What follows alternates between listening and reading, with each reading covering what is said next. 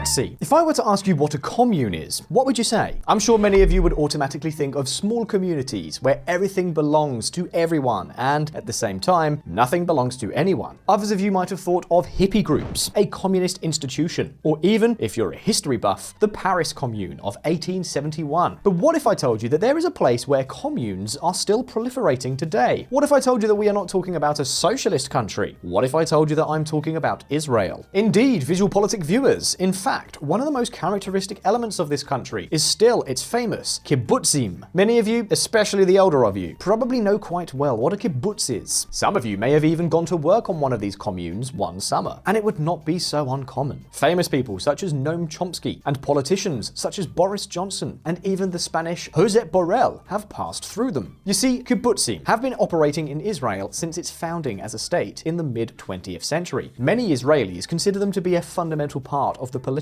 and social foundations of the Hebrew state. Of course, this has also meant that the kibbutzim have been targeted by the traditional enemies of the Jewish state. At the end of 2023, we had a good test.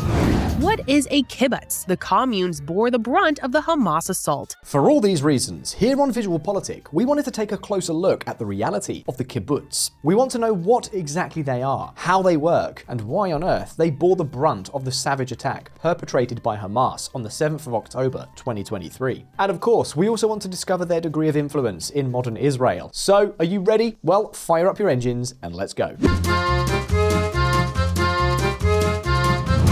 Socialism plus Zionism equals kibbutz. I'm sure that many of you would expect me to tell you that we are, for once, about to discuss a libertarian commune, or even one of an anarcho-capitalist nature. However, I regret to tell you that it is exactly the opposite. In fact, if there is one thing that characterizes the kibbutzim, it is precisely their strong socialist identity. You see, in a way, these communes that have been traditionally agricultural grew up following one motto: everything belongs to everyone. The houses, the schools, the fields. In the traditional kibbutz, everything belongs to everybody, and nobody had a particular right to anything. For example, all the income of the kibbutz, and even the gifts that its members received from abroad, went into a common fund. This fund not only provided everything to all its members, education, health, clothing, food, and anything else that is necessary, but also distributed salaries in an absolutely equitable manner. In the traditional format, they are equal for all. In other words, it didn't matter if you worked harder than your neighbor, your allowance would be identical.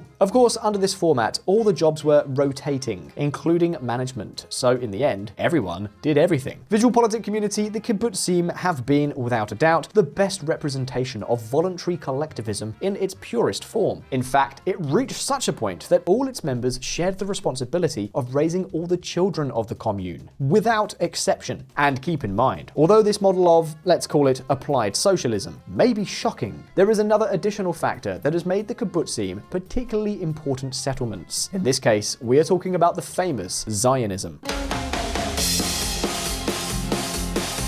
Founded as an intellectual and political movement of Judaism in the 19th century, Zionism has always promoted the creation of a Jewish state in Palestine. And so, by the end of the 19th century and the beginning of the 20th century, thousands of European Jews, financed by organizations such as the Lovers of Zion or the Jewish National Fund, began to emigrate to Palestinian territory. Thus, while at the end of the 1880s, the Jewish population accounted for only 5% of the entire population of the Palestinian territory, which was under Ottoman rule at the time, by 1914, Jews accounted for 12%. It was during these first Jewish migrations, or aliyahs, that the first kibbutz in history was founded in 1909, Kibbutz Degania. Since then, and with the successive waves of Jewish migration favored by both the British Mandate of Palestine and the subsequent founding of the State of Israel, the kibbutzim continue to grow. To give you an idea, today there are about 250 kibbutzim that house about 120,000 people, about 1% of the entire population of Israel.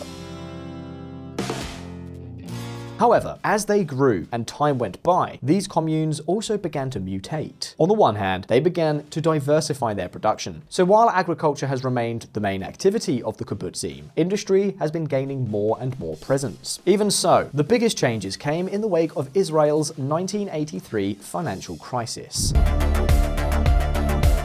You see, that year, the stocks of 4 of the country's largest banks collapsed. Inflation soared to 373% the following year, and inevitably, interest rates skyrocketed. This rate hike seriously affected all these agricultural communes that had gone into debt in order to be able to continue industrializing. The result is that in the end, most of the kibbutzim realized that they had to change their model in order to succeed. And do you know what they did? Nothing less than surrendering to the logic of the free market. They started privatizations in the kibbutzim. Services were privatized, houses were sold, and they massively embraced work outside the communes. Of course, wages were also no longer equal. Yes, these communities have established strong progressive taxation and maintained basic services for the most vulnerable, but the reality is that the collectivist paradise they once were eventually collapsed. Yet, even with these changes, the kibbutzim became a hallmark of Hebrew identity and one of the main cornerstones of the State of Israel, not only due to the egalitarian and Zionist symbolism the kibbutz carries, nor even because of their role as important agricultural producers, but because of an even more important factor: the defense and definition of Israeli borders. Pay close attention.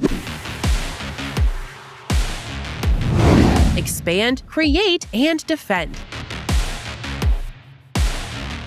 The kibbutzim, like all Israeli people, have been victims of the more or less constant attacks that Israel's Arab neighbors have launched on Israel. You see, even back during the Great Arab Revolt between 1936 and 1939, against the continuous arrival of Jewish migrants in the British Mandate Palestine, the kibbutzim had to defend themselves from constant attacks against them. Precisely because of this, they created their own self-defense groups, known as Kitat Konanut. And so, kibbutzim such as Hulda, Makom, and Tel Amal managed to resist, repel attacks, and even expand their agricultural lands. Yet, the key role of the kibbutzim was particularly reflected in the United Nations Partition Plan for Palestine in 1947. This plan established that the new Jewish state would be made up of lands acquired by the Jews, where there were already settlements. Therefore, most of the borders were drawn following the borders that the kibbutzim had established during the previous years. Of course, the role of the kibbutzim was not only in the shaping of borders, but also in their defense. The kibbutzim became nothing less than strategic points for the defense of the new state of Israel. During Israel's War of Independence, the kibbutzim had to deal with constant attacks by Arab armies opposed to the creation of a Jewish state in Palestine. For example, Kibbutz Gesher, with limited help from the Israeli military, overcame an Iraqi attack lasting 5 days and forced the Arab troops to withdraw and redeploy to Samaria. Meanwhile, the government immediately included the kibbutzim in the Haganah, a Jewish paramilitary self-defense organization created in 1920. However, young men of military age were recruited directly into the Israeli Defense Forces, the country's armed forces. With the passage of time and successive conflicts, the kibbutzim and their inhabitants continued to take an active part in the defense of the Jewish state, even enlisting as volunteer pilots and sailors. In fact, the youth of the communes have continued to voluntarily enlist in the armed forces at rates much higher than the national average. And as if that were not enough, the kibbutzim have also had an enormous influence on politics. In fact, did you know that important national political figures such as former President Shimon Peres and former Prime Minister Yitzhak Rabin were products of these surprising communes?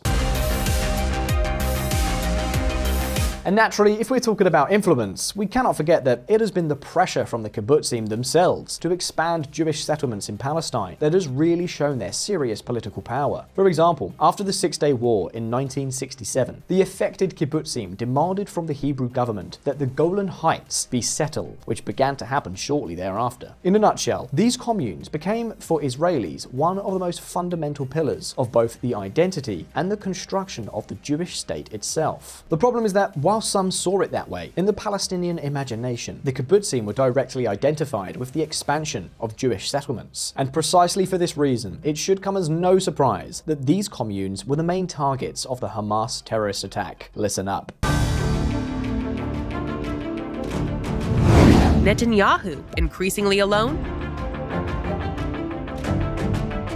As we've already told you here on VisualPolitik, on the 7th of October 2023, early in the morning, Hamas entered Israeli territory. Then began the largest massacre on national soil that this country has suffered in decades. And guess what? The first targets were very clear: the Kibbutzim near the Gaza Strip. Hamas invaded a total of about 20 villages and communities, but they targeted the Kibbutzim in particular. Let's just say that they tried to strike an important symbolic blow against those who were one of the main key aspects to the establishment and defense of the Jewish state. And so, at Kibbutz Kfar Azar, Hamas moved in quickly, murdering in cold blood as many civilians as it could, regardless of age, sex, or ethnicity. The kibbutz had its own well-trained security team, but the speed of the Palestinian attack caught them by surprise, just as it did the Israeli military, which wasn't able to regain control of this kibbutz for 3 days. And it was certainly not an isolated case. Much the same happened in Kibbutz Be'eri, where Hamas wiped out 120 of the commune's 1,100 inhabitants.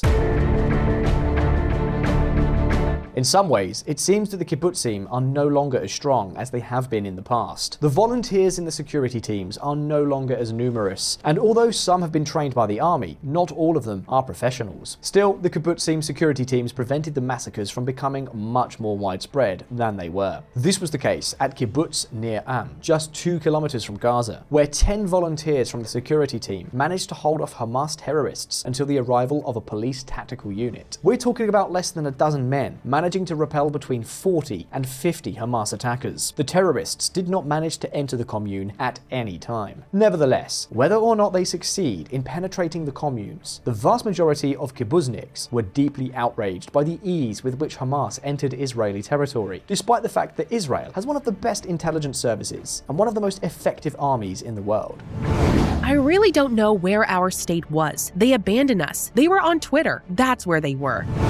I have a personal account with this Israel government. They abandoned my daughter to die. That doesn't go away. I'll never forget. Therefore, we are not wrong if we say that the Netanyahu government has reached its worst levels of popularity after the shocking security breach.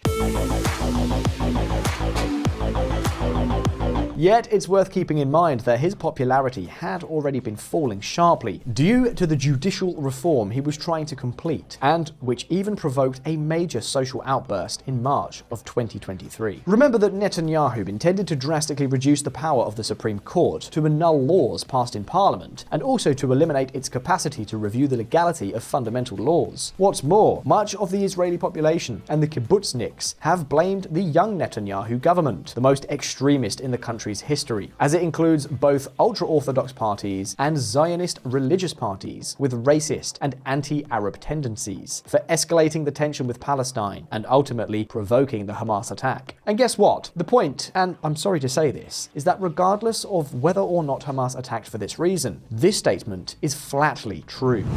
Palestinians say 11 killed, 102 hurt in Nablus clashes between gunmen, Israeli forces.